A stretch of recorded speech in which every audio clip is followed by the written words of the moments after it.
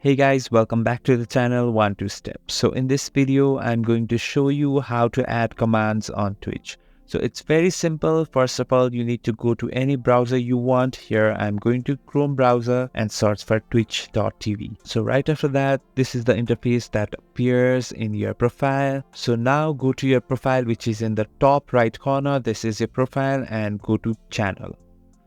So right after that, here you can see chat. Just click on the chat and here comes the stream chat. So here you have to type exclamation command add and again exclamation hello or anything you want to command. So I'd like to type how are you and just click on the send button.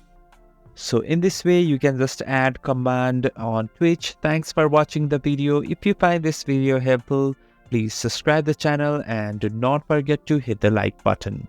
Thank you.